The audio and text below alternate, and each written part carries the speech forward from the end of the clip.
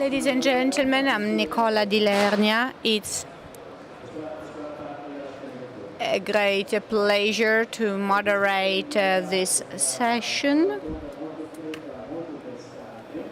with a few panelists. On my right-hand side, we have lawyer Silvia Stefanelli, who is well known in the field of ophthalmology because of her legal experience in this specific sector. She has really accompanied the growth of the domain, and she has been cooperating also with other entities.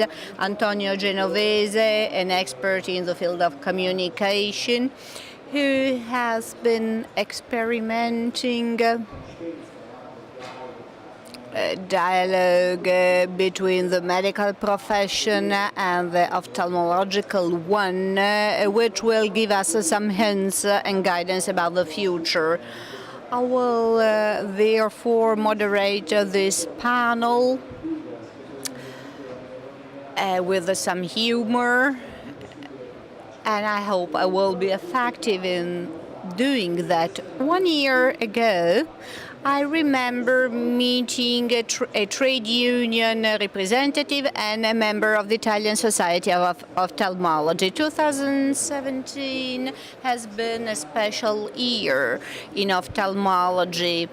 If we think back of what has happened in Piedmont and what has happened at SOE level, the boundaries between the clinical domain and the world of ophthalmology have sometimes made it difficult to go on progressing. 2018 will hopefully be a better year also in terms of cooperation. We now need to understand how we can really interact and cooperate between medical doctors and ophthalmologists, because it's really in this cooperation that our common future lies. We are talking about diplomacy rather than about tense and relationships. We will be talking, therefore, with an expert in the field of communication and with a specific lawyer who will give us some additional information to overcome these frictions that we have had in the past. So let me just hand over to the lawyer Stefanelli first, who will inform us about recent changes in the legal framework. Thank you very much indeed. Good morning. Thank you for inviting me to take part in this panel. I have just changed my slides. I wanted to amend them some way, and they are now uploading the new version of the slides. So the relationship between opticians and ophthalmologists. 2017 has been a very difficult year when it comes to the relationships between the medical profession and other healthcare professions. So non-medical professions and healthcare professions. And I'm not just referring to the relationship between opticians and ophthalmologists. I have been working in this sector for many years, and we have always had difficult relationships. I have prepared very simple slides for you.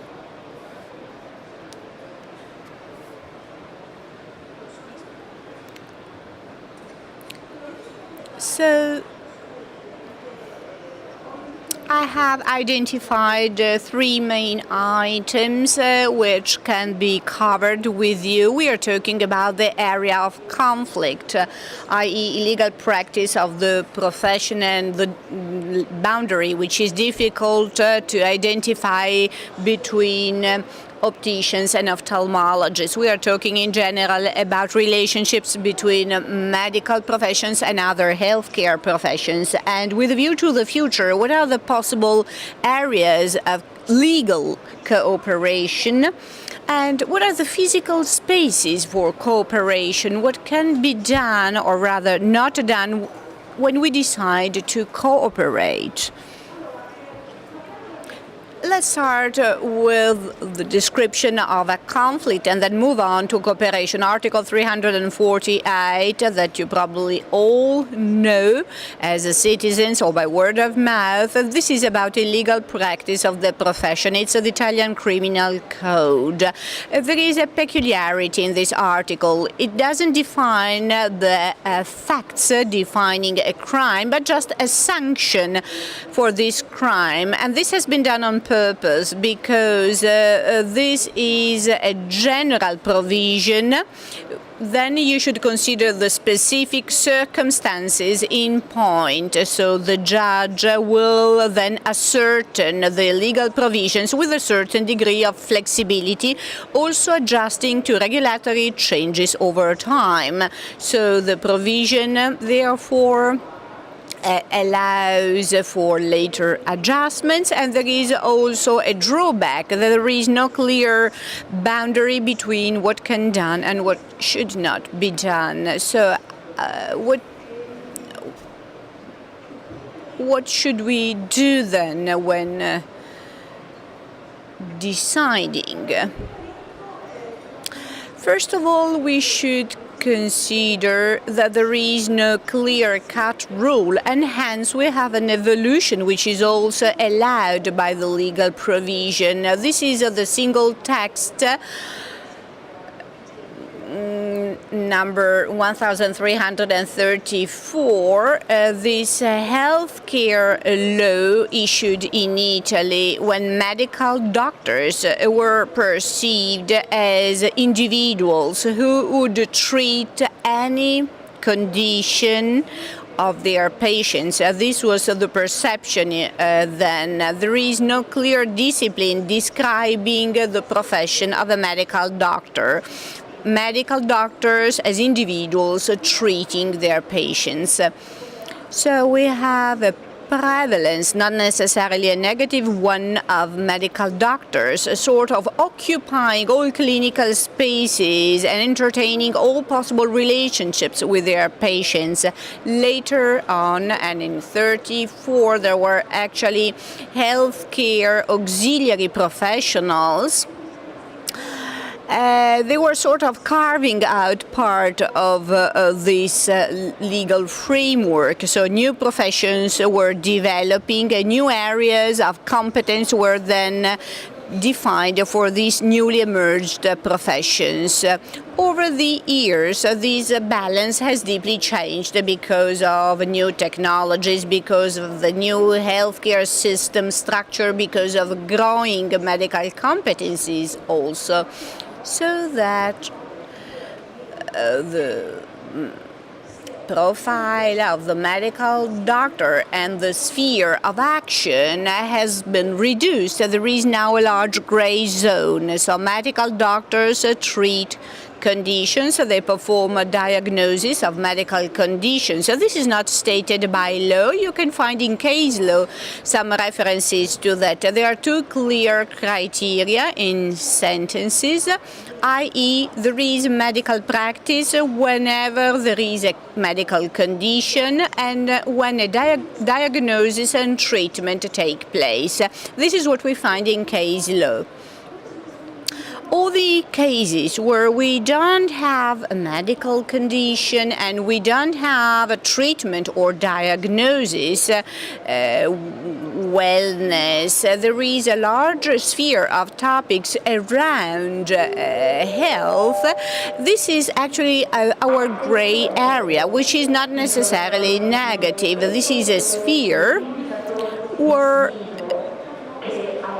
we have no restricted practice of medical doctors.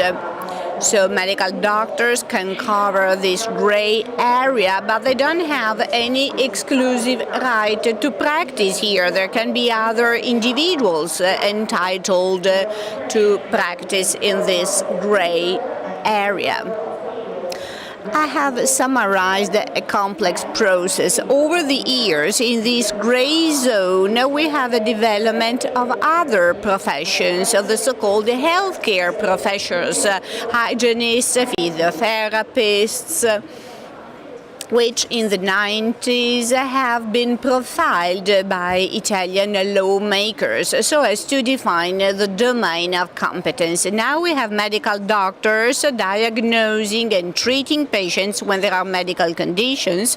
Then there are the gray zones, the free zones, and we have these white circles where we have a clear profile, i.e. a specific activity which is reserved to these professionals, and there are actually many of them. These are small circles of freedom where lawmakers have not reserved the right of practice to medical doctors or to specific professions. Here, operators are free to practice.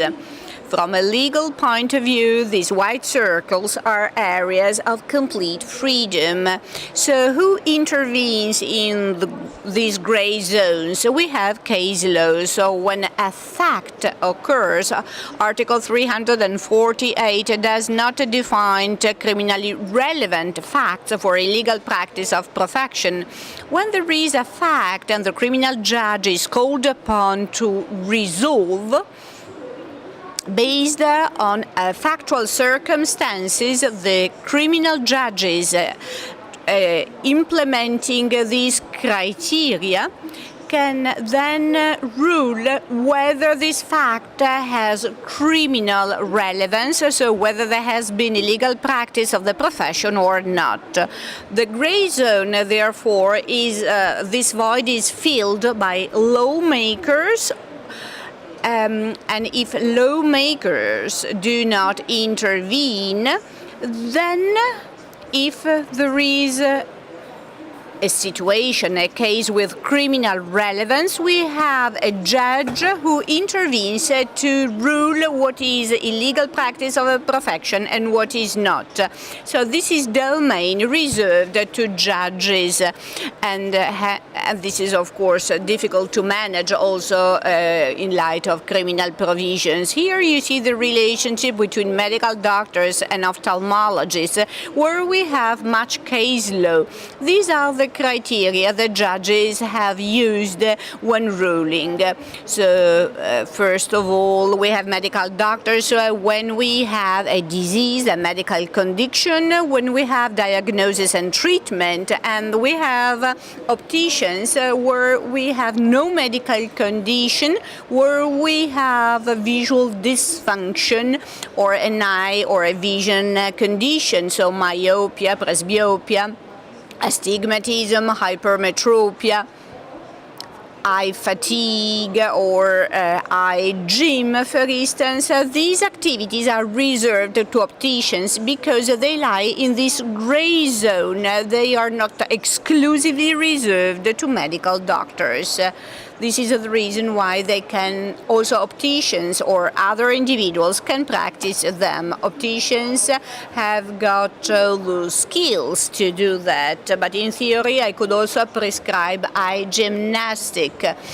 I'm not credible. I don't have any specific experience in this sector to prescribe these eye gymnastic. A very important aspect we should consider here, we should start discussing about that in the future. Article 348 of the Italian Criminal Code has stayed unchanged, so it doesn't state anything about facts in points, but the Lorenzini law entered into force mid of January 2018, so law number 3. The sanctions and penalties for illegal practice of the profession are now more severe.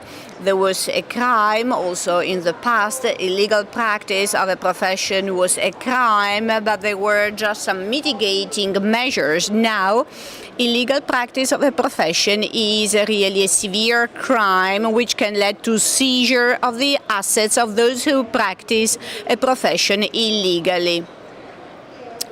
So it's really loss of property of these assets through seizure. So this has, of course, a financial impact. There can also be imprisonment for those who practice a profession illegally and for those who support illegal practice of the profession.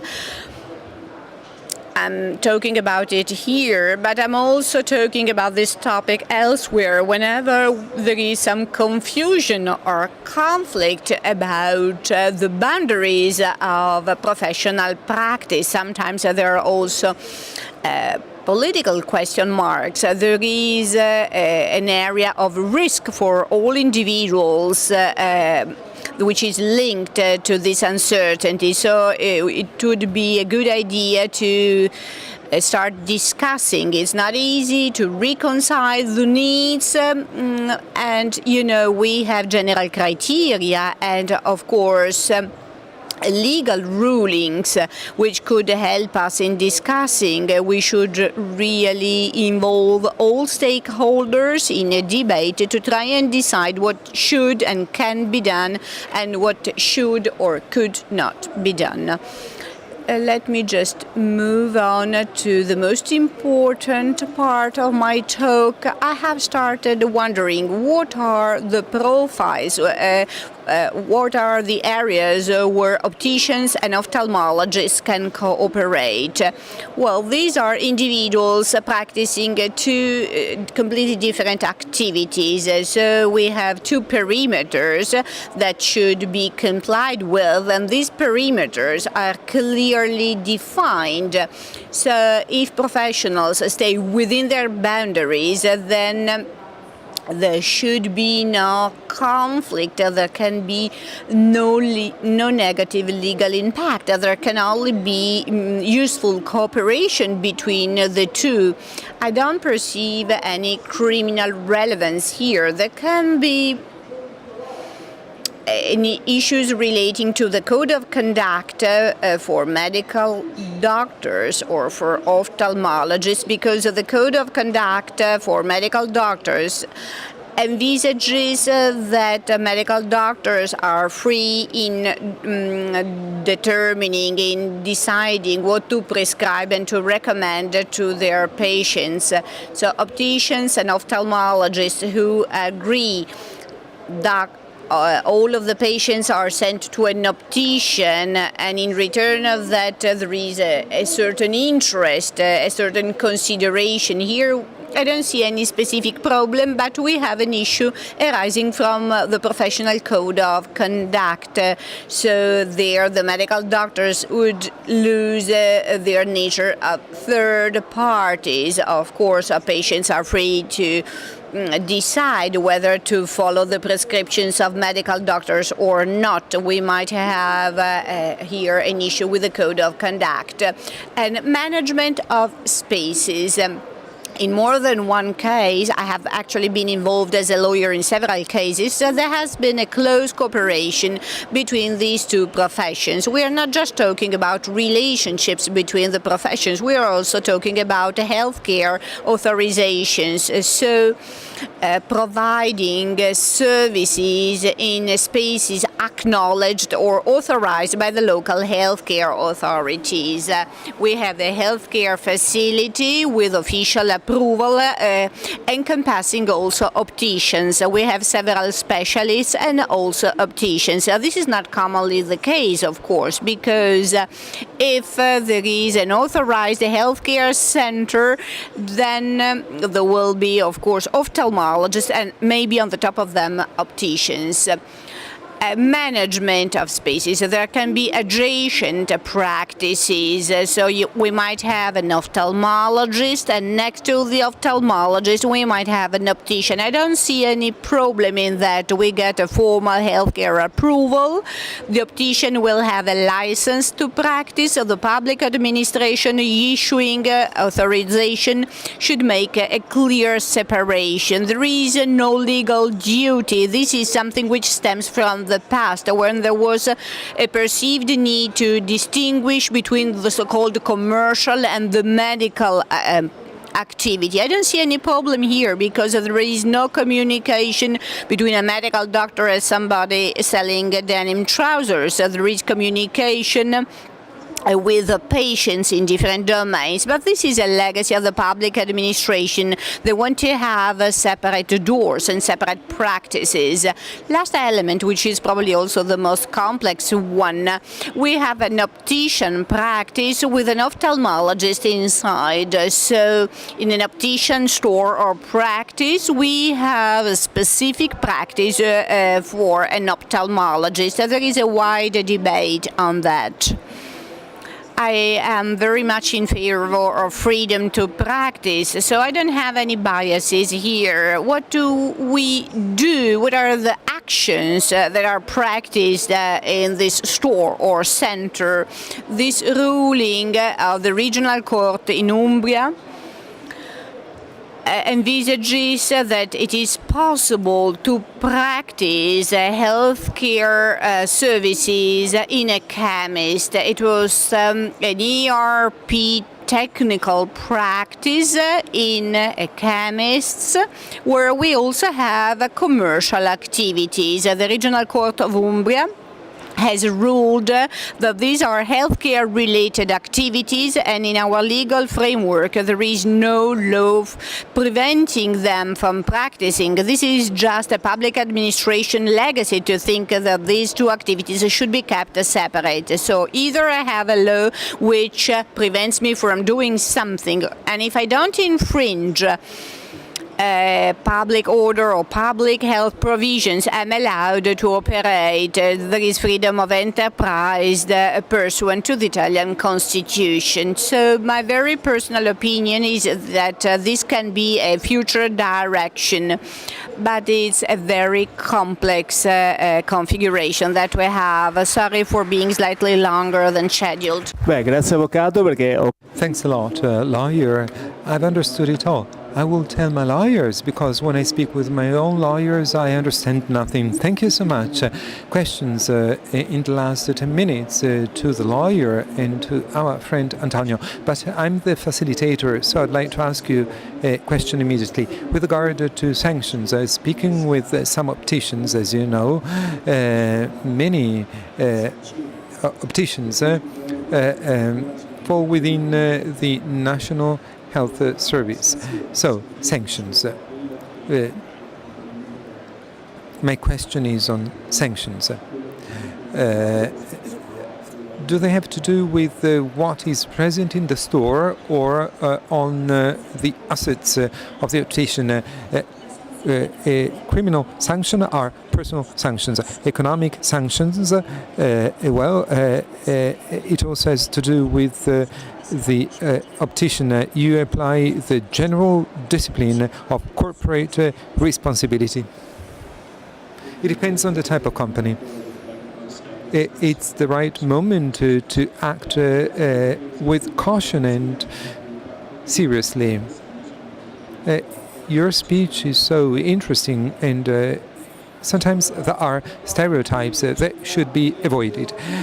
Now, we give the floor to Antonio, and he shall give us an example on the strategic dialogue. He's a dialogue strategist, and dialogue is fundamental for our professional categories. Yes, I'd like to take this opportunity to thank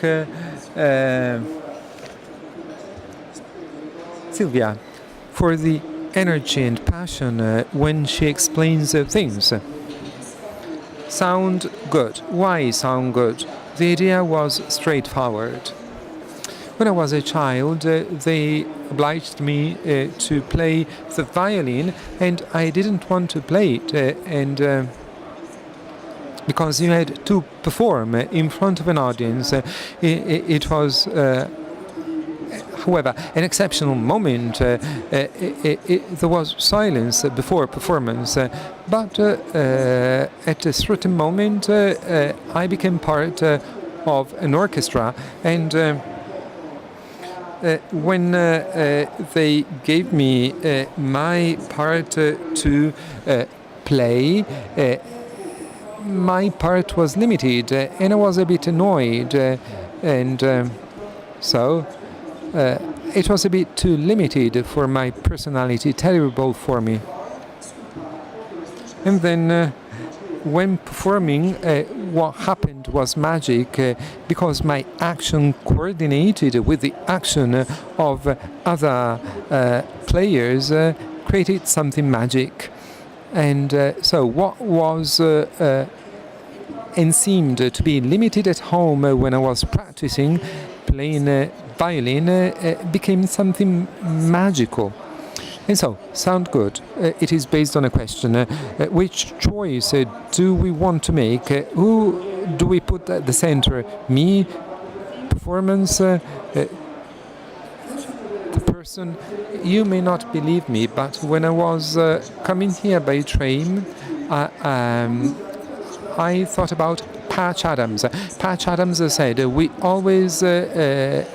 are always focused on disease, but you have somebody, and so I wondered, yes, we meet somebody that needs visual correction, but perhaps you may have a patient that needs to be reassured. And you may have somebody that is highly sensitive to what people say and to influencers. And you know, when a myth is wrong, when you have to convince somebody that the myth is wrong, it is so difficult. Or you may have somebody that needs to listen to various voices when he needs to place trust in somebody. Or you may have somebody that doesn't follow us and he needs directions. So,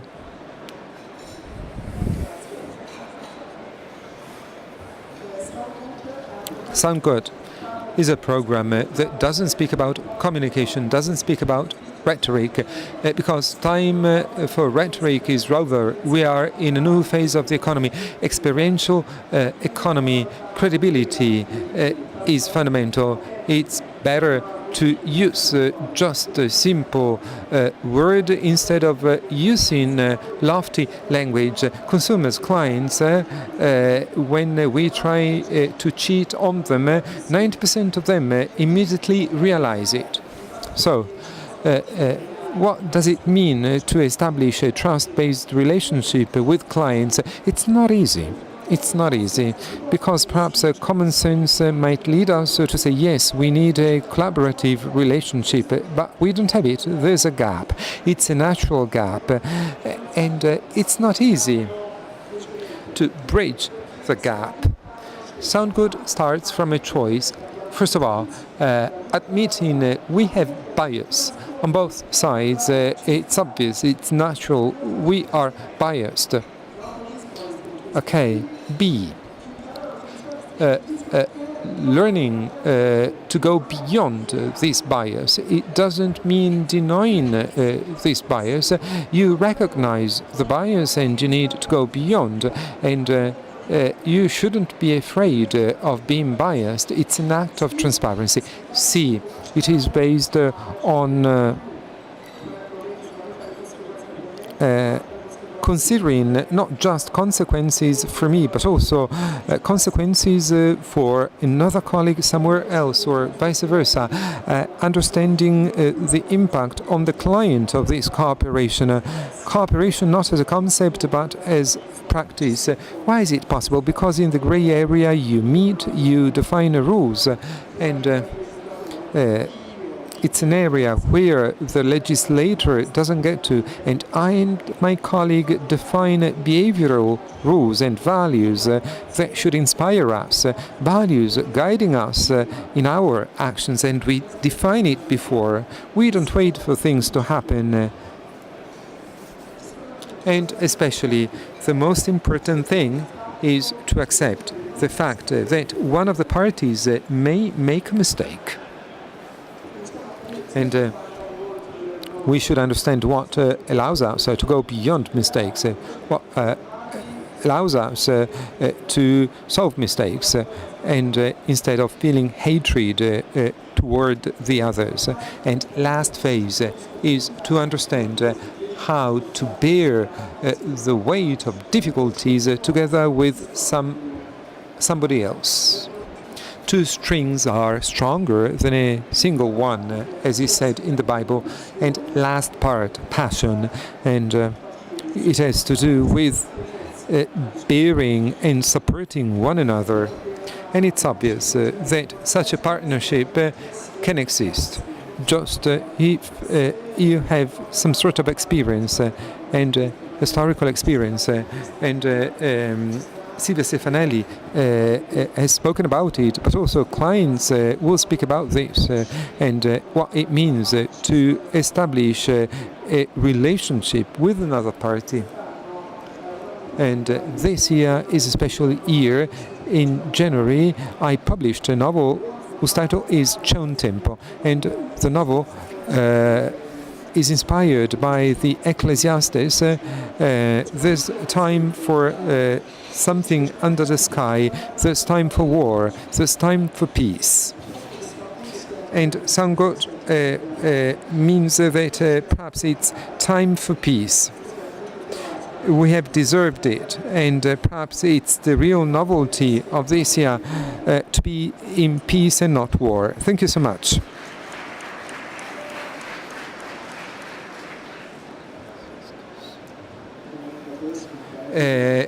Brief communicator is a rare virtue. Congratulations. The concept of peace, I'd like to ask you a question from this perspective. As bias is taken for granted, prejudice means a judgment expressed before getting to know the subject in front of you. But my question is as follows. When a subject is stronger and the other one is weaker, in your opinion, how can you achieve peace? Yes, the strongest and the weakest, and that creates a bias, imbalanced relationship. Any imbalanced relationship, also in a couple, when you have an imbalance, you get into a crisis. And so the balance isn't established in terms of strength.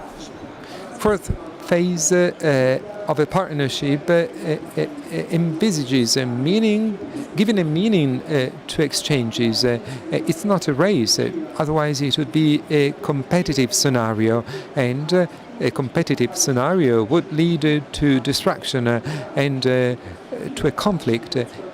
Here, value-based partnership includes 5 elements. First of all, how we behave not to harm one another. B, reciprocity. Fair behavior. It means dawe ut des. I give you in order for you to give me. It's a mutual exchange. It's okay. Sometimes you have an imbalanced relationship because somebody gives more, and here it's a question of personal dignity. I give something and I expect something in return. See, loyalty, and it means fulfilling the word given. Fourth, authority, respect for competencies, roles, professionalism, code of ethics, and boundaries. I don't get into your home. I don't take your parking space. Fifth, purity. Purity means let's don't be superficial, and it means sharing a process, sharing an order, sharing a method, and hence you do not get into a competition and you get into a balanced state. Thanks a lot for your wonderful answer. As in the room, we have representatives from the medical profession and optometrists. He can be Kissinger of the field, and the lawyer can play a different role. Just like Oriana Fallaci's life, that was so intense. I believe that there's a traveling mic available for the audience. If you want to raise your hand, you can ask questions, okay? Fondo. There's now a question in the back. Can you please stand up and introduce yourself? Michele Schione. More than a question, I have a statement. First of all, I would like to tell to the lawyer, you are referring to the ruling in 2001. Now, there's a previous one. I was involved in this legal case in 1995. This was the very first ruling where an orthopedist has not been found guilty. So it was a legal action started with a professional board of medical doctors against me, and I have been acquitted. So the last ruling dates back to a few days ago. A colleague of mine, Mr. Baldassari, has been found non-guilty by the highest court. So it's true, last year there has been a very difficult time in our relationships, but sometimes we also have fairly good relationships. I'm chairing the regional council there, and we have very good relationships with the medical colleagues. We have 3 memorandums of understanding which have been signed. We have had a joint congress in Bari with clinicians who acknowledge the added value of cooperation. So an optician's check on the top of ophthalmological visits. Of course, it will take long before new laws are passed on that, but we are already cooperating. We have an open dialogue, which is good, and then, as it's always the case, there are people who are reluctant to cooperate, but we cannot do anything against that. Yes, just some rulings to give you an overview. For sure, I've also got your ruling in my law firm. Thank you very much indeed. It's true. So this is just a local map, and it's not the whole territory. Sometimes we have local practices that work much better. And this goes to the benefit of final consumers who are in between these two entities, just like children and families who suffer when there is no open dialogue between their mothers and fathers. Are there any other questions? Maybe the young students are eager to ask questions about what is going to happen in their near future. No other questions, no comments, then maybe one question over there in the first row. Can you please introduce yourself? Ferdinando Fabiano, promoter of this meeting. So more than a question, I would actually have many questions, but it's not high time to explore this topic in depth because this would be time consuming. So let me just tell you that what you have heard during this panel can be seen in the next few days on Mido portal and in B2I's portal. So you can use the streaming. Here we are just launching some hints. That's food for thought with the lawyer and with the other panelists and also with local stakeholders. We will stage courses to explore these topics more in depth. How can we cooperate? How can we have a successful cooperation between medical ophthalmologists and opticians? We have heard about the problems that we have had. We need as much as possible to start discussing. We need to make arrangements. Professor Spinelli will probably confirm that we have really tried to strike an agreement, which does not necessarily need new legal provisions. And in the meantime, we should all work to fill this void, to best manage the gray zones lawyer Stefanelli was describing earlier on. We need to discuss about how we can work in this area, how we can interact with the medical profession, because we really need to talk, to think with the utmost respect so as to find the best way to cooperate. Then maybe we will get an official agreement on that, but in the meantime, with this joint course in the next few months, we want to have an uproot movement also in other Italian regions, not only in Bari. Thanks a lot, Fabiano. It's very important to underline how this journey has started. Before I hand over to Antonio, I remember Professor Galimberti, a philosopher, who was giving a lecture about a dialogue which starts with a conflict, the conflict which should, of course, be conducted with the utmost respect. The take-home message, Antonio. I will try to recap a little bit. I'm happy this is a real-life example. In some cases, the two words are cooperating for the sake of their patients. You cannot generalize, of course. There is no univocal rule. There is no one-size-fits-all solution, and we shouldn't be tempted to think that we can solve problems with magic or change the people and the way they think.